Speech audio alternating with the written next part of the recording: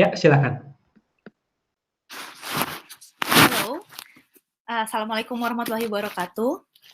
Good evening to audience in the Netherlands, and I believe it's past midnight in Indonesia, and to other people participating from all parts of the world. Welcome to the Young-led Netherlands-Indonesia Climate Partnership webinar, today, 10th of July 2019. This is the second session of a webinar series, which is jointly organized by Energy Academy Indonesia and TY Consultant. And with us, we have two prominent speakers here. The first one is Mr. Dedi Mahardika, who is the climate researcher at World Resource Institute Indonesia. He supports the research and engagement activities of climate programs, especially in projects of partnership to strengthen transparency and co-innovation, or PASTI, tracking and strengthening climate action, or TASCA, as well as low carbon development initiative, LCDI.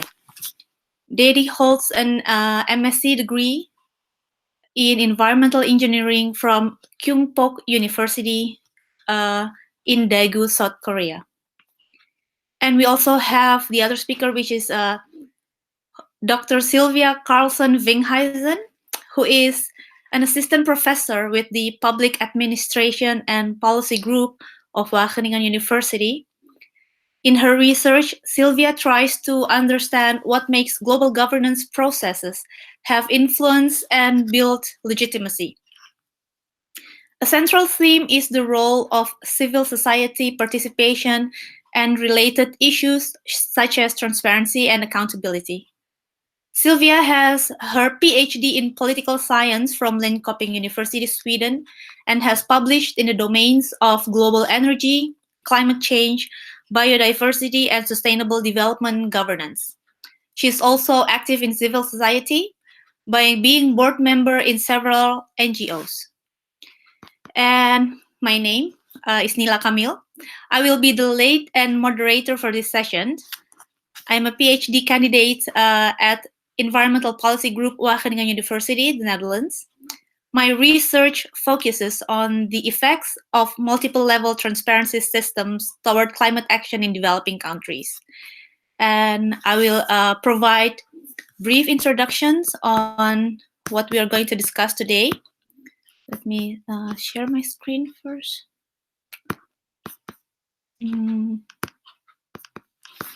Sorry.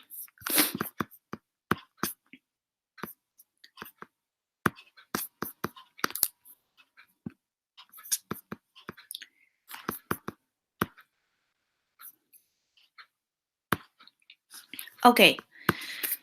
Here is the webinar schedule and topics. So on 19th of June, we have already held the first session, which is under the topic of leadership and climate change, led by Tom Damon, Youth for Climate, and today's second webinar, and we will have 6 webinars in total. And to the topic of today. Sorry, Nila, maybe you can slideshow your... Yes, sorry, yeah. Okay, so why climate change is the most pressing problem of our time, and it's a global problem that requires collective efforts to tackle. The problem is how we can ensure that there's no free rider in these collective efforts, and that parties, by parties here I mean countries, but also business sectors and other even individual level, are going to do what they said they're going to do, and then how we can ensure the ambitiousness of actions pledged and also implemented. And then transparency. There's the underlying assumptions surrounding transparency that the more is the better. But transparency in climate action is used to make climate actions visible and to trace and track track the performance in mitigating climate change and also in adapting to climate effects, and to foster understanding and learning through sharing of experience and lessons learned. But transparency is also assumed to promote greater accountability. And here is the Paris Agreement Enhanced Transparency Framework. So Paris is a turning point where almost all countries agree to move forward to reach the global goal of limiting warming below 2 degrees Celsius, well below 2 degrees Celsius, and aiming to 1.5 degrees. And we see the transparency framework development from one-way reporting of national actions, to report and review of national contribution. And there's where previously there's a bifurcated mechanism for developed and developing countries into a common standardized system for all. And transparency is also going to fit in the global stocktake, which will be elaborated more by Sylvia, and to meet the to bring compliance of countries involved. And this is the transparency's existing mechanism. This on the left side, what is being reported is the national inventories of greenhouse gases and information necessary to track progress of NDC or nationally determined contributions. And actually, there's also information on impact and adaptation actions. But for the scope of our session today, we focus on NDC in mitigation only. And also to report supports provided and mobilized by developed countries and supports needed and received from developing countries. And the review process comprised of technical reviews of inventories, technical reviews of biennial transparency reports, and the facilitative multilateral considerations of progress. So now we are going to look at how Indonesia implements transparency requirements, because for developing countries, this report and review of their climate actions is considered as a new requirement, and their perception of limited capacity and weak data and information governance in developing countries. And there was lack of clear, which is now there's a Paris rulebook, but it's only recently been agreed upon. So there's a lack of clear modalities, procedures, and guidelines. And for these, I will ask Dedi now to present about Indonesia's transparency framework implementation. Please, Dedi. Okay. Oh, yes. Okay. May I start now? Yeah, okay. Thank you, Nila, for the time. Good evening, everyone around the world, and good early evening here. I'm in Tokyo right now. So, yeah. First thing first, my name is Dedi. I'm working for the WRI Indonesia World Resources Institute. We're working mostly in the environmental problems, not only climate, but also energy, forest restoration, and also some other related issues in Indonesia. And as Nila mentioned also, I will talk about the work in WRI Indonesia, specifically about what is the current situation of transparency in Indonesia. So I guess I'll share my screen first. Okay.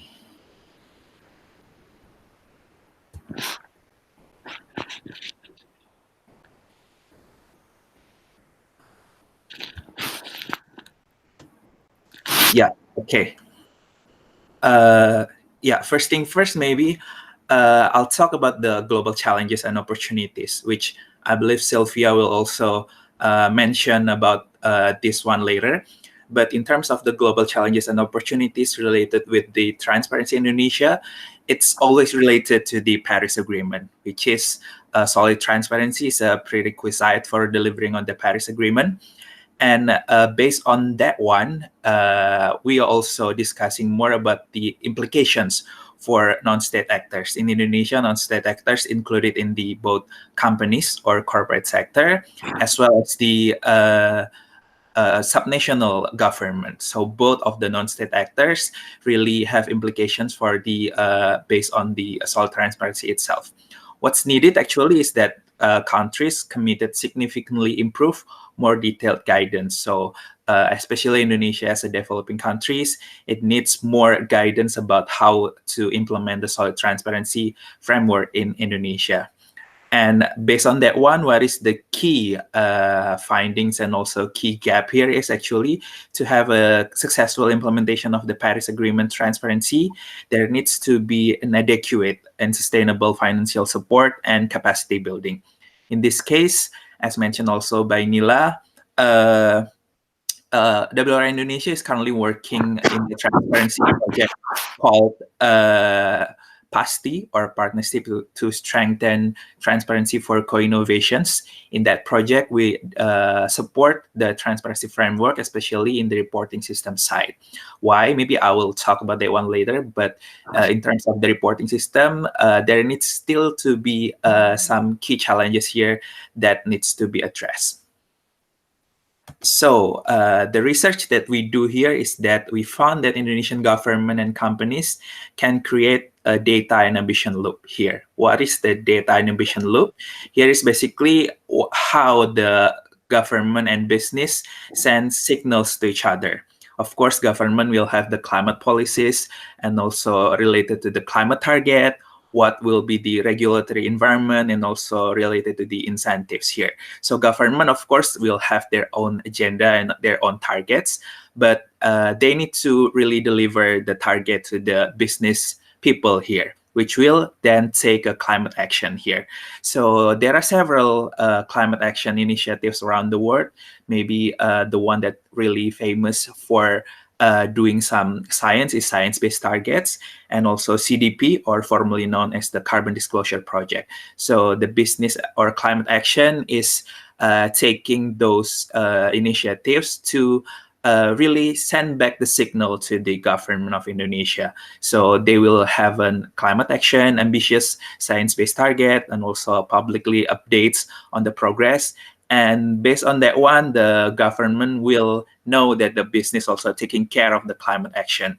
And therefore, based on those signals, the government can raise more ambitions to the overall climate action. And this loop will continue until the government of Indonesia reach the overall targets of the climate action here.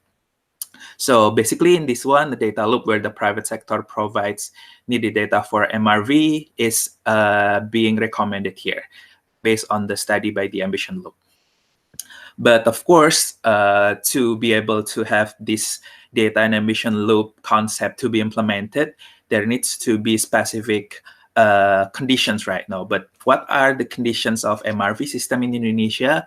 We talk about this one a lot, I think, but in Indonesia's MRV system, of course, we have planning and budgeting, of course, first, which mostly being handled by the ministries related with the finance and also economies. So we have Krishna 2020 and also SMART, which is a platform for both planning and budgeting. But the focus of the Indonesia Transparency Framework right now is the reporting system.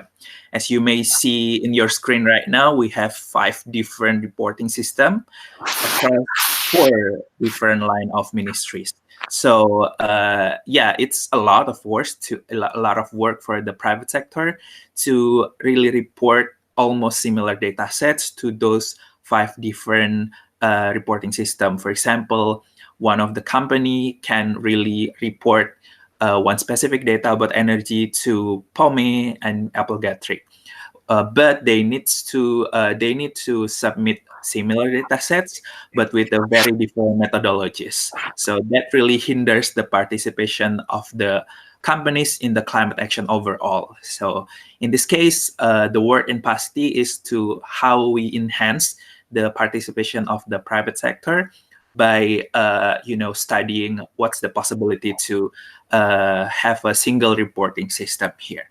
So at this stage of the project, I think the 5 of the reporting system is already talk to each other, which further enhance what the future collaborations will be. And of course, aside from the planning, budgeting, and reporting, there needs to be monitoring inventory, mostly done by the Ministry of Forestry and Environment of Indonesia.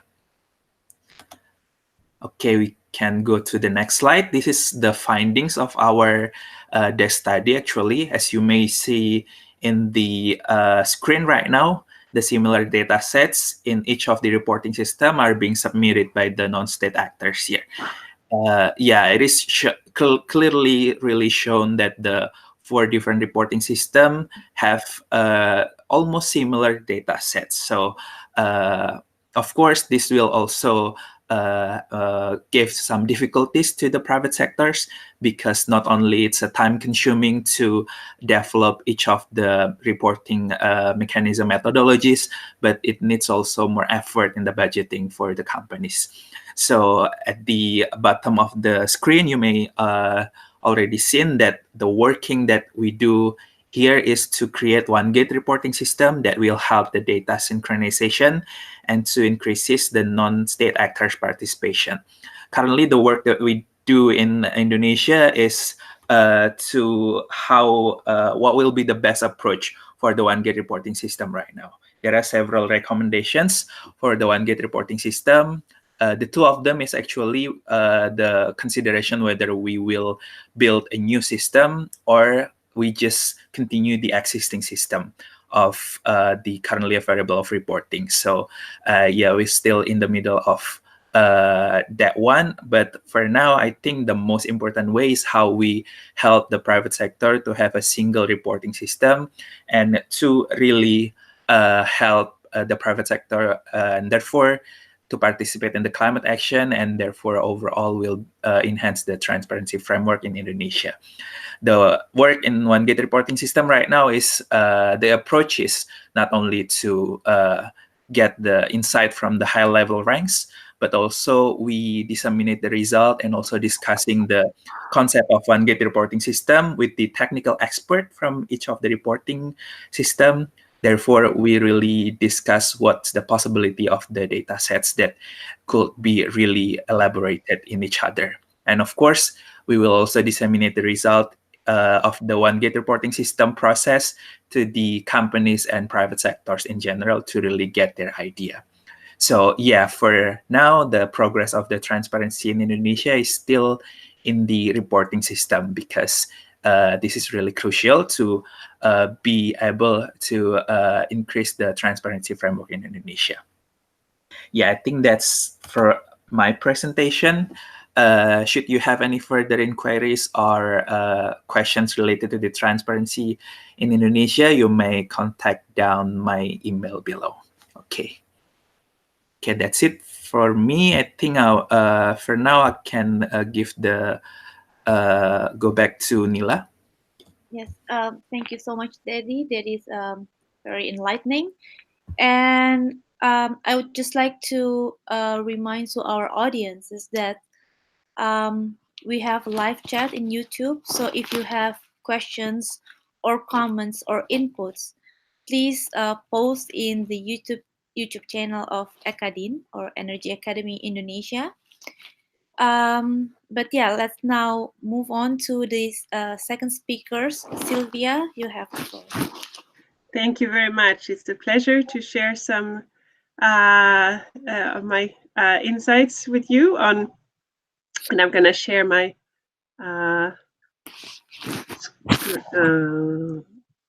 presentation, which is really about how can governments be held to account for the objectives that they have signed on to in the Paris Agreement. And start just a second. Oh, okay, and then I will do. Oh, sorry. So that's the major question for my presentation. How can states be held to account for reaching the goals of the Paris Agreement? And the first question we have to ask then is, what does it mean? What does the concept of accountability mean? We tend to think it's a good concept. It's a feel-good concept. Who can be against accountability? But what does it actually mean? Because in many languages, even, you don't have the word accountability. It's often translated into the word responsibility. So, which would mean that the question is about how can you hold states responsible for that they meet the goals that they have signed in an international legally binding treaty, the Paris Agreement. So in a very simple form, accountability can actually be defined as being about telling a story based on some obligation and with some consequences. But this is always between two groups of people or between two people. So it is a relational concept. It is that someone who has power owes it to the ones that they are ruling for example, in terms of governments, owe it to them to actually justify what they are doing. And if they're not meeting up, acting well enough, that there would be consequences.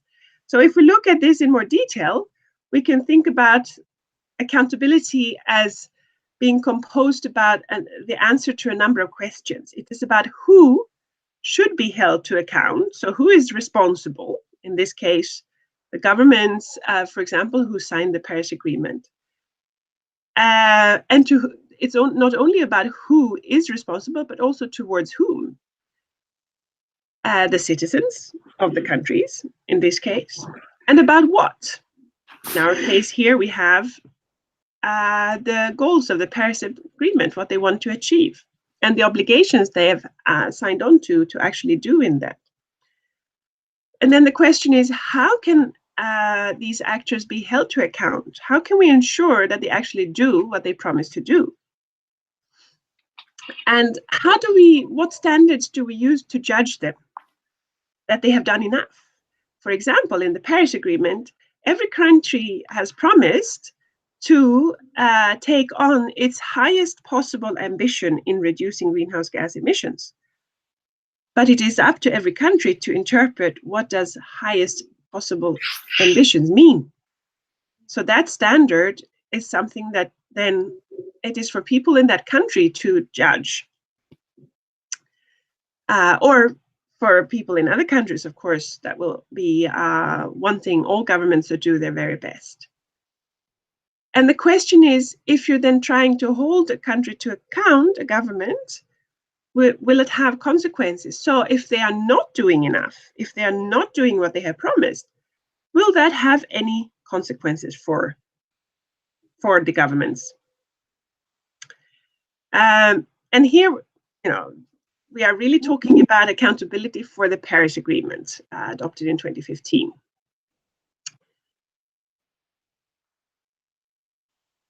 And there are many routes actually to hold states to account for their international obligations. And I have here 3 examples. Mostly what we are thinking about is the governments, so that the countries that have signed on to the Paris Agreement, we kind of expect them to hold each other to account. It is an international law, and we tend to expect an international law then to be, well, we tend to expect a law to be enforced, that someone is holding those who have to abide by that law to account.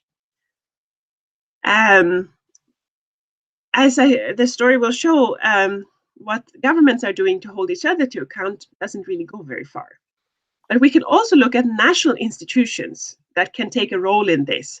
And this can be, for example, parliaments, who usually, at least in democracies, have the role to hold the government to account for what it does. And it's the parliament that adopt laws. So if national measures to reduce emissions, for example, require laws, it's the parliament's role to adopt those laws. But it can also be a national institution like courts. In the Netherlands, an NGO took the government to court for not doing enough towards its international commitments under the Kyoto Protocol. and it won in court at several levels. You can also, in some countries, there are audit agencies that have a strong role to kind of objectively scrutinize what the government is doing and to provide advice for more effective policies. So in some countries, this is also a route, an institution that can actually hold the government to account. But the route that I will talk a little bit more about later is the publics, and that's really us, youth, you who are following this, people who are engaged about climate change. And that is a very important group to hold the governments to account. Okay, if we look at international laws in general, they are quite different from domestic laws, with the exception for a few international laws with real compliance mechanisms, like in World Trade Organization agreements on free trade. Most international laws actually do not come with enforcement compliance mechanism, and there is no way to enforce their implementation to make sure that countries do what they have promised to. There is no supranational government. There is no court that will, that you can report the countries to. But rather, most international agreements, particularly in the field of environment and development, have what one can call a very facilitative or encouraging approach to kind of stimulating implementation and compliance. So I will illustrate this in the Paris Agreement. You have the transparency framework that you just heard about. And if you look at the operational rules for this transparency framework, here is a quote to the left on top of the ice bear from the operational rules that were adopted in December last year, that this framework, implementing the transparency framework, should be done in a facilitative, non-intrusive, non-punitive manner, respecting national sovereignty and avoiding placing undue burden on parties. So this is kind of bureaucratic language, but it's basically that you cannot punish any country who cannot comply with the reporting rules under the transparency framework. You should really apply this framework in a very facilitative, in a very encouraging way, helping countries to implement the measures that they are going to do. So it's about, holding out the ones who are doing well and helping others to do as well through various means. So this is really the core dynamics of accountability between states, among all the states who have signed the Paris Agreement. They are trying to kind of, they are very reluctant to even to name and shame those countries who are not doing so much, do not have high ambition, or are not implementing their promised ambition so well. They will rather try and focus on encouraging each other.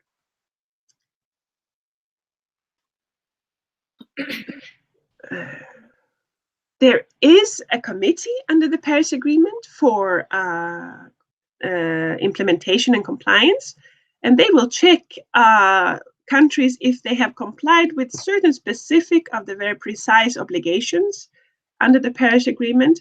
But if a country cannot follow them, they have only various means to encourage and help the country to do so. Okay, but this was really about how countries, through the transparency framework or this implementation committee, hold each other individually to account, which they do very softly in a very encouraging way.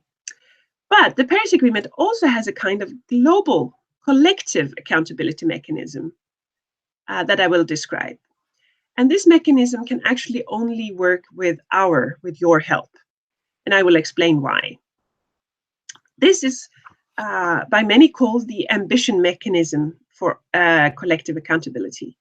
And this is centered around a process called the global stocktake. So in the Paris Agreement, it says that every 5 years, there will be a process of collecting information from all countries and from non-state actors can also submit information, and from scientists from the Intergovernmental Panel on Climate Change, there will be a lot of information collection, and then all the parties, all the countries who have signed the Paris Agreement will together look at that information and try to judge how far they are from moving towards the objective of the Paris Agreement.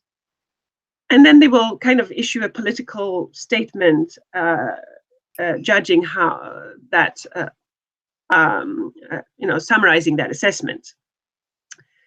And then it says in the Paris Agreement that the outcome of that global stocktake, basically showing at the moment it would show, and I'm sure it will show in 2023 when it will be the first proper global stocktake, that we are very far from being on track to meet the objective. So realizing that, or the outcome of that assessment should, actually it says, shall inform countries' subsequent national determined contributions. So what climate ambition countries have for the next 5 years.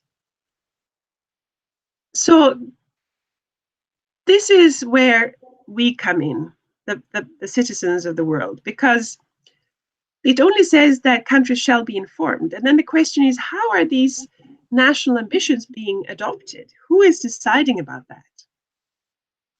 And it is very likely that the public and a strong public opinion has a strong influence on that. We can see that in 2018, there was a kind of trial run of the stocktake, and it was called the Talanoa Dialogue. And the hope was, there was this collection of information and political discussion around it. And then the hope was then that countries will use the outcome of that dialogue as motivation for raising their first nationally determined contributions that have to be submitted later this year. And in many cases, this will not happen, indeed, unless there is strong public pressure that is building up. For example, like now in many countries where the youth are taking the lead through school strikes, etc. So this pathway of holding governments to account through you and me is really important. It is not enough.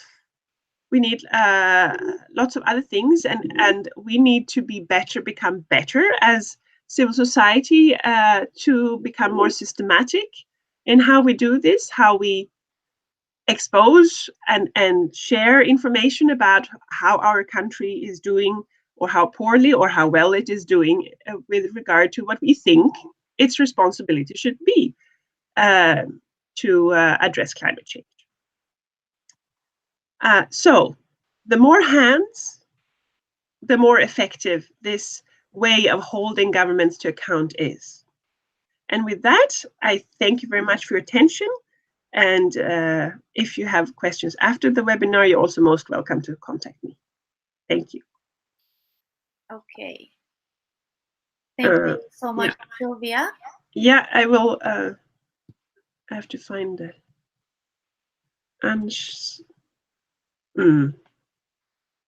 have to find the way to not share my screen anymore. Sorry. I think there's a stop sharing options. Yes, but I have to find the right window first. Oh, it's also in the screen share, I believe. Yeah.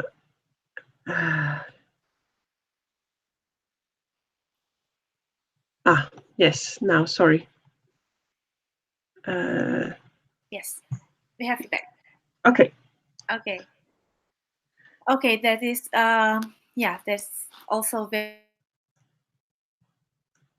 transparency to accountability, and we're not even addressing a lot about compliance yet.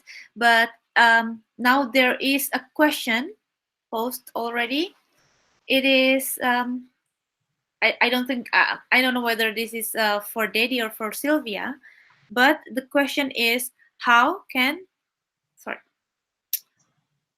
governments enforce their people to follow their Paris Agreement path or pledge? Up to which limit the government can apply the enforcement law? So probably yeah, to Dedi first and then to Sylvia to answer this question. Yeah, thank you, Nila, for the question. I guess how to enforce the government in Indonesia, especially in our cases, it still really persists with the silo working environment. So the ministry is really working their task each other, and they don't really talk each other. So the best way to really enforce the government law, I think, is first to really how they communicate really well together, building the system together, and at the end of the day, the enabling environment should have really have a strict law to enforce the policies related to government. In Indonesia currently, and unfortunately, the silo is still persists. So how we can improve is to really have that barrier to be deleted yet. So in terms of the one step closer right now is to how the government really communicate each other really well. I think that's for me. Yes, and if I should try and answer also, I think this will vary very much with the country. What happens when a country has signed the Paris Agreement is that they have to translate it into a domestic law, so at a law at the national level. So countries will have done that in different ways, and the national laws will look very different. Based on those laws, you can also take different types of policies. So in some countries, for example, they put a carbon tax, or they reduce subsidies on fossil fuels. And depending on the strength of the institutions, is it easy to change tax rates? Is it easy to enforce regulations? Is there enough, policy officers who can do this? So that depends on the strength of the administration in different countries, to what degree these kind of regulations can be enforced. And then there's so many different policies that governments can choose to reduce emissions, and some of them will apply to companies, and others may apply to individual citizens. For example, if there are certain rules for how much you can use of certain things, but in many cases the companies are in between, like building codes or the rules for transportation. Okay, so if I can summarize a bit that for DEDI, then its cooperation among relevant institutions needs to be strengthened and work more cooperatively. And for Sylvia, then it's the robustness of regulations, existing regulations, and mainstreaming climate actions in national development planning. And also, then it depends on countries' commitments, how to proceed with implementing their pledge. And and how strong their institutions are. As well. Generally, they may want to very much, but they may, the level of corruption or the weakness of the institutions, of not enough capacity in the administration. There are many reasons why it can be challenging. Yes. Okay, so while waiting for other questions, I have a question for DEDI. Yes. You mentioned about the data and ambition loop. But, what is the next step? Can we ensure the robustness of the data itself, because it has to adhere to the TACCC principles, it's transparent, accurate, comparable, complete, and continuous. And also, what about timeliness? Because Sylvia has shown in one of her slides, there's this timeline for global stocktake and further periods. And also about accountability. So has accountability being considered that well, we need to produce more or less accurate data or reliable data international to be held into account by other governments. Yeah. Okay. Thank you, Nila, for the question. Yeah, of course. Right now, the state is obviously in Indonesia still how we encourage the participation of the data submission. But I agree that the data quality itself needs to be submitted, not to mention also the timeliness also. So in that case, I think what Indonesia government and Indonesia countries could do is actually to really leverage the potential of the existing initiatives globally that unfortunately, Indonesia is still not available. I mentioned about the initiatives like Science-Based Target and also Carbon Disclosure Project that has been worked really well in the other countries like Japan, for example, really implementing their science-based target and also TCFD and also CDPs into their long-term strategies. And that also help in the accountability as well, because those frameworks also really have a set of standards. And as I mentioned also, the Indonesia still have a gap in the capacity building and also financial. So those right now, I think the best idea is to both encourage and really leveraging the existing initiatives in global to be implemented in Indonesia. Okay. We have more questions for Dedi here. Okay. Yes, it's at the YouTube channel from Himayatus Salihah. The question is, what motivates companies in Indonesia to conduct multiple reporting process in different platforms? Okay, a good question. So thank you for asking. First thing first, I think there are two motives, I guess, how they really need to submit some of the multiple reporting process. First is the company's value or also reputation itself. Of course, the companies will have the tendency to really compete with each other and also attract more investor. So based on the reporting system, especially if you have proper platform in the Ministry of Forestry and Environment, you'll have some ranking system. So if you have specific criteria, you will have a gold rating system. You have a green reporting system that will also increase the company's overall image to the public. The second one is, of course, the different in the level of mandatory reporting system. Those 5 reporting system both have its own mandatory. Not all of them mandatory, some of them also voluntary also. So that might also increase the idea of the reporting system for some countries. And of course, there should be some incentive mechanism also that needs to be done for the companies to be able to have a reporting system in overall. So I think those two things are the main idea how to the companies conduct multiple reporting system. But of course, as I said, to really increase the idea on how increasing the climate action, there needs to be single reporting system that now is being developed. Okay. So there's a question now for Sylvia. Before, the question is how countries or government can enforce their citizen, but it's now the other way around. Especially for Indonesia, perhaps you have an example of how public or youth can hold the government into account if they are upholding their climate ambition. Well, I think that the most important thing is to be engaged. So the people and youth to follow the issue, to organize, to inform themselves of what are the obligations under the Paris Agreement, and to compare that with what is Indonesia promising to do. It takes a lot of skill and expertise to follow the very technical aspects of, for example, transparency.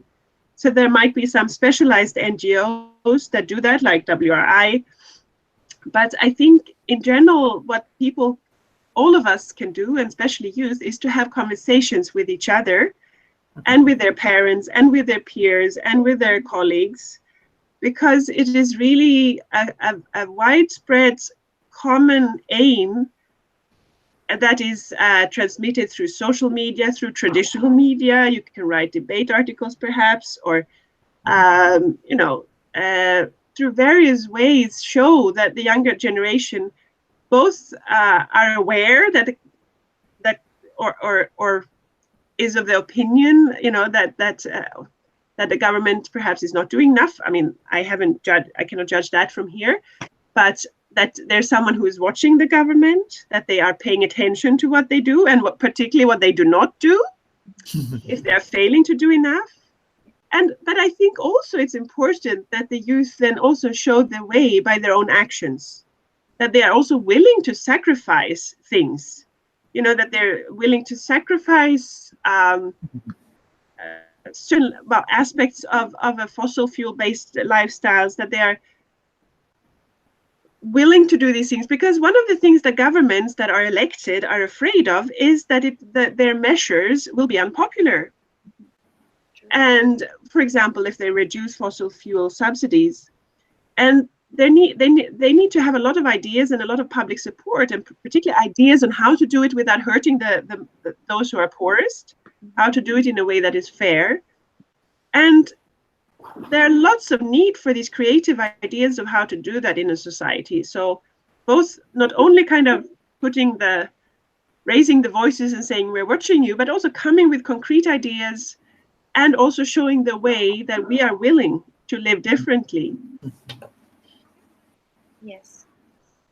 Okay, thank you so much, Sylvia. And there's another question for Daddy from Nathan Coxwell. Building transparency system and engaging companies can take time. It is a process over years. Are there lessons Indonesia has been able to learn from other countries, especially in the region? Okay. So yeah, thank you for the question, Nathan. So for Indonesia, I think the best way to engage the private sector right now is to leverage the business association related with each of the sector. For example, best case scenario in Indonesia is the cement sector. They have a really good transparency, and also how they mitigate and also how they measure the the emissions, greenhouse gas emissions is really good, and they have a really good connection with each other also. So cement is one of the sector in Indonesia that really proved to be the one who really commit to the greenhouse gas reporting system. So leveraging the overall association is really a good example, and other countries like Japan also have been able to really reach out the private sector in a short time manner by engaging the association. Such as in Japan, they have a business federation that holds a really strong, leadership in the climate change. So yeah, engaging in the association will obviously take more time with less effort and also more impact overall. I think that's my answer. Okay, thank you, Daddy. And also from Nathan to Sylvia. In your experience, or are you aware, are there lessons the Paris Agreement accountability or compliance regime can learn from other multilateral agreements? That's always helpful to learn from others. And I think, in one sense, it has learned from its own history, because the Kyoto Protocol had a kind of enforcement mechanism. It had a compliance mechanism even with sanctions for the industrialized countries who had obligations to reduce emissions. So it was only for industrialized countries. However, when one country was coming close to being found to be non-compliant, Canada, it left the agreement. So in one sense, that shows that countries do find it a bit shameful to be found like breaking international law, but it also illustrates that anyone can leave anytime. This is this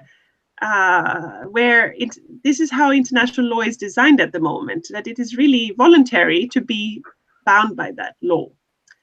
And so and countries, they were, since now the Paris Agreement was going to be universal and covering also developing countries, they were both certain, very specific industrialized countries, and certain in developing countries that were extremely resisting. They refused to have a compliance mechanism or something like that, to have binding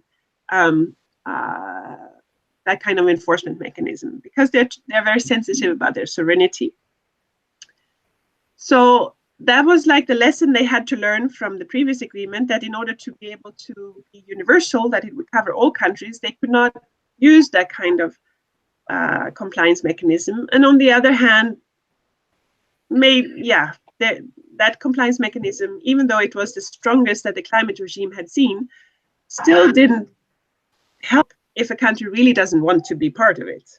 US left the Kyoto Protocol, and then Canada left later. So, but there are, for example, in the human rights regime, I think that is an interesting model which has more elements of civil society participation in the transparency framework, actually, and stronger role from civil society to be part of information gathering and have a stronger voice to actually shame or praise countries with regard to their commitments. And I have been asked this before, like, so why was this not part of the Paris Agreement? And that is not because there was no one who wasn't trying to get that part of the Paris Agreement, or to get that kind of more civil society participation. It is often NGOs who work in both spaces. But it was just too politically unpopular by many countries. So because countries are so reluctant, they hide behind national sovereignty to make these agreements stronger. They only do so in trade, where they see the economic value so strong to do that. And that is why I argue that our role in civil society and our role in our domestic context is so much stronger. We cannot rely on enforcement mechanism in the global regime. We have to do it ourselves at home. Okay, thank you, Sylvia. Very clear answer. And there's another question from Freza Zarzamora. It doesn't say where to whom it is addressed to, but the question is, where do grassroots activities, for example, local climate banks, fit into transparency and accountability to be counted into the national climate actions? Because they may not have access to information or data. Probably Dedi first, and Sylvia then. Yeah.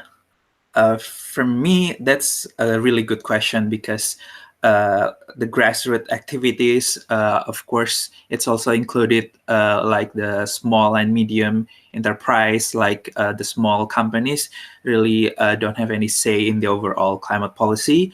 And that's not good also, because there are so many SMI in Indonesia that also contribute to the overall climate action. So the key for me, from my side, I think, is to really how we engage them, to how engage them. And in this case, the question is that they may not have access to the info or the data. I think the best way is how we engage them, what are they need in terms of the climate action, and in terms of that one, how we really disseminate the result of the system to them, how we really can help the info or the data.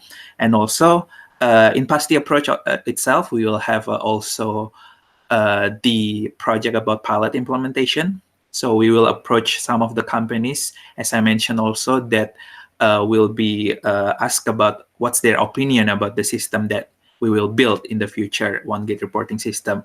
We will, approach both of the big players and small players. Small players in this case, I think, is the one that being mentioned in the question, like the grassroots activities like local climate banks.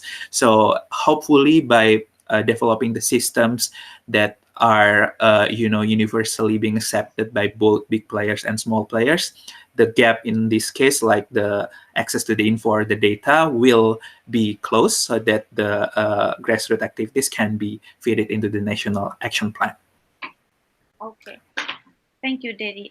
Sylvia, Yes. you have other example, or you want to add to that? Yes, I can add a little bit. I do think that if you're a small grassroots organization, and if you're still not part of generating data about your activity, that you're not actively part of the transparency framework, obviously that doesn't have to stop you from acting. And I do think that for most of us, particularly in our neighborhoods, in our families, it is very helpful to have, to go through an app, finding out your carbon footprint in order to understand which of my activities in my life contributes most to climate change, or which of the activities in my football organization or whatever. So data is important for that. But we also have rather general knowledge. We know, that it comes from fossil fuels. So if we learn the basic cause-effect relationships, we can also just realize that reducing fossil fuel use, planting trees, as much as possible. We don't have to count everything we do. It still helps the climate. And we all know that we just all have to do as much as we can. So just start acting and don't wait for it to be measured. Okay. Yes. So now we are nearing the end of the sessions. We have very good questions, but if I would like to conclude for our session here that whether you're grassroots or just an individual, you can always, in this time, of course, you can find information and data easily regarding your own footprints, like Sylvia said, and also about for Indonesia, the government's commitment in general. Just search for national determined contribution of Indonesia, and then you can find out how the regulations of or the target is distributed among sectors and also at local levels. And the data is being improved right now currently with the help of PASTI. So yeah, there are many ways to help upholding transparency and accountability.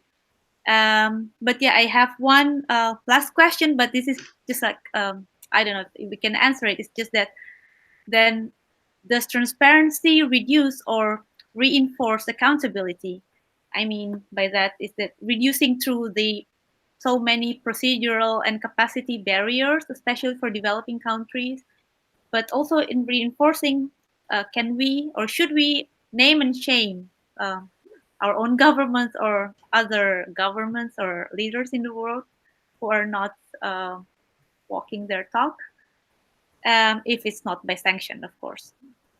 So we have no more questions, and it's been an hour of fruitful discussion, very enlightening question and answer sessions. I would like to thank you both, Teddy and Sylvia. And the next webinar will be held on 31st of July. The topic is energy transition, and it will be led by Kamia Handayani from University of Twente. So thank you once again to both speakers, to Energy Academy Indonesia and TY Consultants, and also to all audience from all around the world. Thank you for active participation, and we hope that this session will be useful and insightful. And until next opportunities. Wassalamualaikum warahmatullahi wabarakatuh.